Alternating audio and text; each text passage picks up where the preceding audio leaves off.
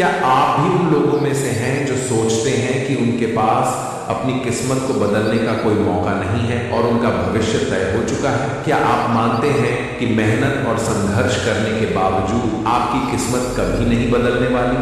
अगर हाँ, तो इस कहानी में छिपी हुई सच्चाई, संघर्ष और बदलाव की प्रेरणा आपको अपना रास्ता खोजने में मदद करेगी। तो अगर आप भी जानना चाहते हैं कि किस तरह से एक इंसान की किस्मत पलट सकती है, तो इस वीडियो को जरूर देखें और जानें कैसे मेहनत और विश्वास से सब कुछ बदला जा सकता है। एक बार की बात है, एक गांव में एक लड़का रहता था जिसका नाम सुरेश था। उसकी जिंदगी एकदम साधारण थी। गांव की सूखी पगडंडियां, तपता हुआ आसमान और धूल से भरी हवा, यही सुरेश की जिंदगी की झलक थी। वह एक ऐसा लड़का था जिसे गरीबी ने चारों ओर से घेर रखा था। उसका घर एक खस्ता हाल झोपड़ी थी जिसके छप्पर से बारिश में पानी टपकता और गर्मियों में भीतर सांस लेना मुश्किल हो जाता। माँ दिन रात दूसरों के घरों में काम करती थी ताकि 2 वक्त की रोटी जुट सके, लेकिन सुरेश, उसकी आंखों में सपने हमेशा चमकते रहते थे। गांव के लोग सुरेश को ताने देते थे, गरीब का बेटा गरीब ही रहेगा, तू किसी बड़े आदमी के सपने मत देख, अपनी किस्मत में बस हल चलाने लिखा है। इन बातों को सुनकर सुरेश का मन खट्टा हो जाता, लेकिन वह जवाब देने की बजाय चुपचाप अपने दिल में आग छिपाए रखता। हर रात जब माँ उसे खाना देते हुए खुद खाली पेट सो जाती, सुरेश खुद से वादा करता, एक दिन मेरी माँ को इस हालत में नहीं रहना पड़ेगा। एक दिन सुरेश लकड़ियां काटने के लिए जंगल में गया।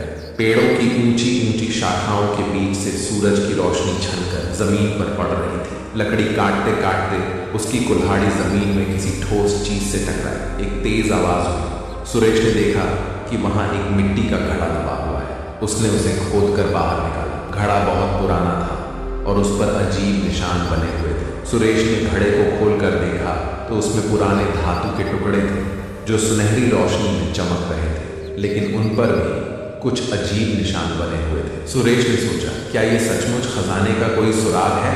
उसने गांव के बुजुर्ग से जाकर पूछा। बुजुर्ग ने घड़े और धातु के टुकड़ों को देखकर कहा, यह किसी पुराने राजघराने का निशान लगता है, शायद यह खजाने तक पहुंचने का नक्शा। सुरेश ने नक्शे का हर निशान ध्यान से देखा, लेकिन यह कोई सीधा साधा नक्शा नहीं था, उसमें पहेलियां छिपी थी। सुरेश ने तय किया कि वह इन पहेलियों को सुलझाएगा, चाहे इसके लिए कितनी भी मेहनत करनी पड़े। नक्शे पर पहली पहेली ने सुरेश को जंगल के सबसे पुराने हिस्से तक ले जाने का इशारा किया। वहां पहुंचना आसान नहीं था, रास्ता कांटों और पत्थरों से भरा हुआ था। एक जगह वह फिसल कर गिर पड़ा, जिससे उसके पैर में चोट लग गई, खून बहने लगा, लेकिन उसने हार नहीं मानी। जंगल के भीतर एक पुरानी गुफा थी। सुरेश ने नक्शे के निशानों का पीछा करते हुए गुफा के दरवाजे तक पहुंचा। वहां दीवारों पर अजीब चित्र बने हुए थे। चित्रों में एक राजा, सैनिक और खजाने के संदूक की आकृतियां थीं। लेकिन सुरेश के लिए असली चुनौती तब आई जब गुफा का दरवाजा अंदर से बंद मिला। दरवाजे पर एक पहेली लिखी हुई थी, वह कौन सा कदम है जो खजाने का रास्ता खोलता है? सुरेश ने कई बार सोचा, फिर उसे समझ में आया, हिम्मत भरा पहला कदम। उसने दरवाजे को धक्का दिया और दरवाजा खुल गया।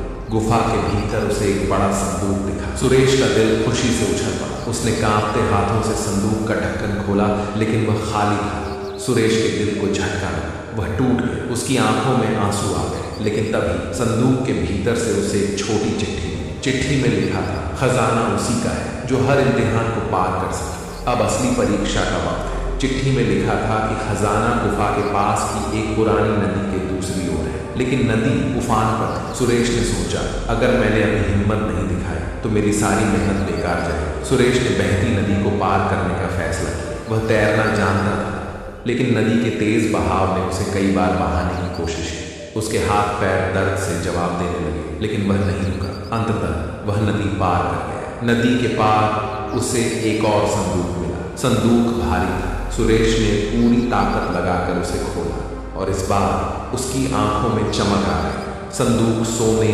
चांदी और रत्नों से भरा हुआ था। सुरेश ने उस खजाने का इस्तेमाल अपनी गरीबी मिटाने के लिए किया, लेकिन उसने केवल अपने लिए नहीं, पूरे गांव के लिए भी सोचा। उसने गांव में स्कूल, कुआं और सड़कें बनवाई।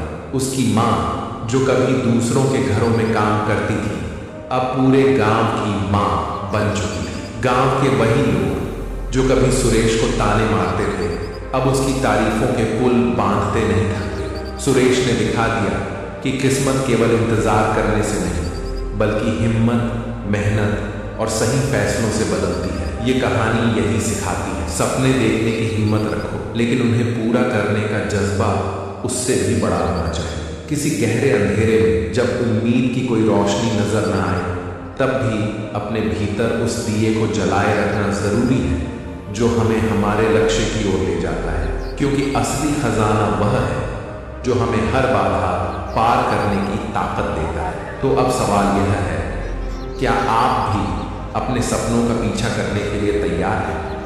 क्या आप भी हर मुश्किल से लड़कर अपनी कहानी को उस मुकाम तक ले जाने के लिए हिम्मत जुटा सकते हैं?